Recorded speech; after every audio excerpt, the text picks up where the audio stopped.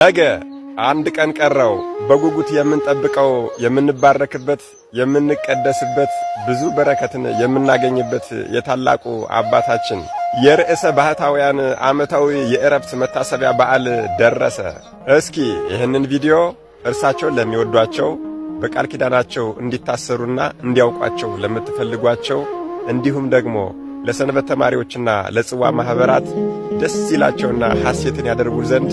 ላኩላቸው። አዎ ርዕሰ ባህታውያን የመነኮሳት አለቃ ቅድስት ሥላሴን በጀርባቸው ያዘሉ፣ ቀና ሲሉ ስሉስ ቅዱስን፣ ዝቅ ሲሉ ደግሞ እንጦሮጦስን ያዩ የነበረ አንድ ሰው የእሳቸውን ዝክር እየዘከረ ነገር ግን እናትና አባቱ ወይም ደግሞ ዘመዶቹ ሞተውበት ሲኦል ቢገቡ በእርሱ በሚዘከረው ዝክር የተነሳ እናትና አባቱንም ሆነ ዘመዶቹን ሲኦል ገብተው አውጥተው የብርሃን ከተማ የሚያስገቡ ታላቅ አባት፣ ምንም አይነት በጎ ምግባር የሌለው ሆኖ ነገር ግን የእርሳቸውን ዝክር ሲዘክር የነበረና ምን መዘከር ብቻ ሊዘክር አስቦ ንስሐ ሳይገባ ከዚህ ዓለም በሞት ቢለይ ዝክሩን ለመዘከር በማሰቡ ብቻ ርስተ መንግሥተ ሰማያትን የሚያወርሱ ታላቅ አባት፣ 60 አናብርትና 60 አናብስት በፊት በኋላ በቀኝ በግራ እየተከተሏቸው የእግራቸው ትቢያ ትኩስ ሥጋ ሆኖላቸው ያንን እየተመገቡ ሲኖሩላቸው የነበሩ ታላቅ አባት 562 ዘመን ሲኖሩ ምንም አይነት እህልና ውሃ ያልቀመሱ ሰማያዊ ኅብስትና ጽዋን ብቻ መልአኩ እያወረደላቸው በማሽተት ብቻ ይጠግቡ የነበረ መጀመሪያ ከእናታቸው ማኅፀን ሳይወጡ መርጧቸዋልና እዛው እናታቸው ማኅፀን ውስጥ እያሉ 10ሩን ማዕረጋት ፈጽመው የወጡ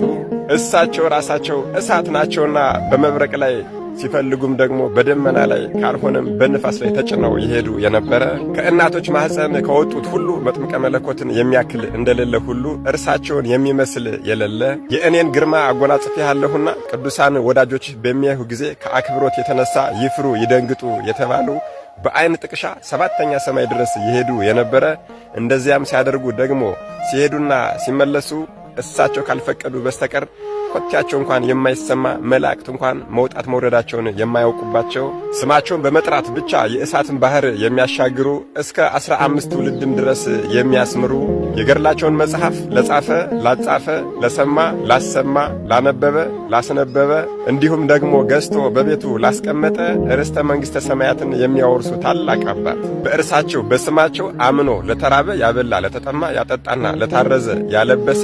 በዚህ ዓለም ችግረኛ ደሃ ቢሆን እንኳን እንደማይርበውና እንደማይጠማው የተነገረላቸው ታላቅ ቅዱስ በመታሰቢያው ቀን ማለትም ከ12ቱ ወራት በአንዱ ቀን ዕጣን፣ ዘቢብ፣ ጧፍ፣ ስንዴ እና እንዲሁም ደግሞ ሌሎቹንም ስጦታዎች ለቤተ ክርስቲያን የሰጠ እንደ አንተ ንጹሕ ይሁንልህ ርስቱም ክፍሉም ከአብርሃም ከይስሐቅ ከያዕቆብ ጋር ነው የተባሉ ከግብፅ ወደ ኢትዮጵያ በመጡ ሰዓት አገራችን ኢትዮጵያን በአራቱም አቅጣጫ አዩአትና ጌታ ሆይ ለዚህች ቅድስት አገር ሰው የላትምና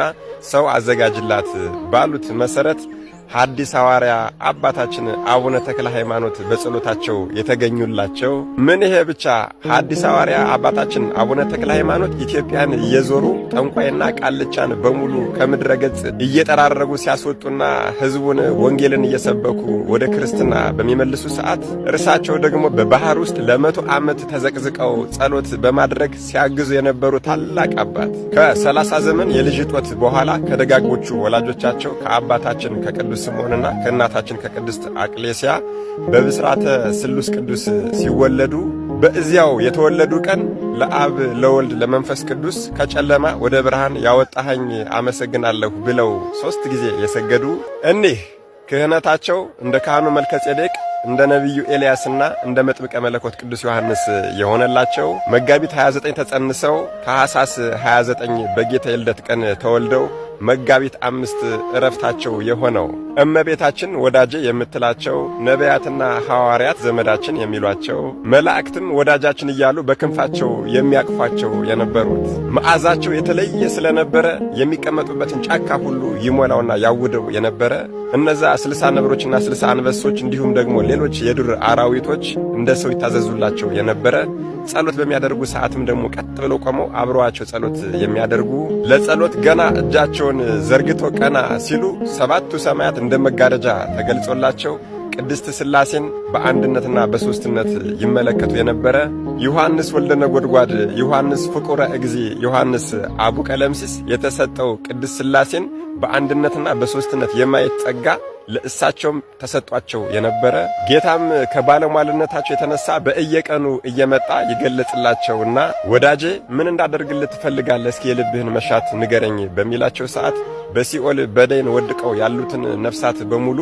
በማወቅም ሆነ ባለማወቅ የሰራውትን ኃጢአት ይቅር ብለህ ማርልኝ ይሉ የነበሩ ሩህሩህና የዋህ አባት። ጌታችንም ወዳጄ ሆይ የለመንከኝን አልከለክልህም፣ አይደለም የለመንከኝን በውስጥ ያሰብከውን ራሱ እፈጽምልሃለሁ ይላቸው የነበሩ መታሰቢያን ያደረጉ ትንሹንም ትልቁንም ሁሉ እምርልሃለሁ የተባሉ በእየቀኑ የጌታን ሕማማትና ዓርብ ቀንን እያሰቡና እያስታወሱ 400 ሺህ ስግደት እየሰገዱ ቀኝ ፊታቸውን 300 ግራ ፊታቸውን 300 በድንጋይ ጥፊ ይመቱ ነበር። መድኃኔዓለም ኢየሱስ ክርስቶስም በዚህ ተጋድሏቸው የተነሳ በተወለድኩበት በተጠመቅኩበትና በተነሳሁበት በእነዚህ 3ቱ ቀናቶች 1000 ነፍሳትን ከሲኦል አወጣልሃለሁ የተባሉ የኢትዮጵያን ሕዝብ በሙሉ ማርልኝ ብለው በዝቋላ ገዳም ለ100 ዓመት በባህሩ ተዘቅዝቀው የጸለዩ በዚያም ደግሞ 700,300 የሚሆኑ አጋንንት በፍላጻና በሱፋጭ ድንጋይ ሲዋጓቸው የነበረ ከ100 ዓመት በኋላም መድኃኔዓለም ኢየሱስ ክርስቶስ መጥቶ ኢትዮጵያን ምሬልሃለሁ ከእናቴ ከቅድስት ድንግል ማርያምም ቀጥሎ አስራት አድርጌ ሰጥቻለሁ ብሎ ቃል ኪዳን የገባላቸው እኒህ እንደ ሰው ተፈጥረው እንደ መላእክት የኖሩ ርዕሰ ባህታውያን አባታችን አባ አቡነ ገብረ መንፈስ ቅዱስ ነገ መጋቢት 5 የዕረፍት በዓላቸው ነው። መድኃኔዓለም ኢየሱስ ክርስቶስ ከርዕሰ ባህታውያን ከሩህሩህና ከየዋሁ አባታችን አቡነ ገብረ መንፈስ ቅዱስ ረድኤት፣ በረከት፣ ምልጃ፣ ቃል ኪዳን፣ ፍቅር አይለየን። አሜን። ይቆየን።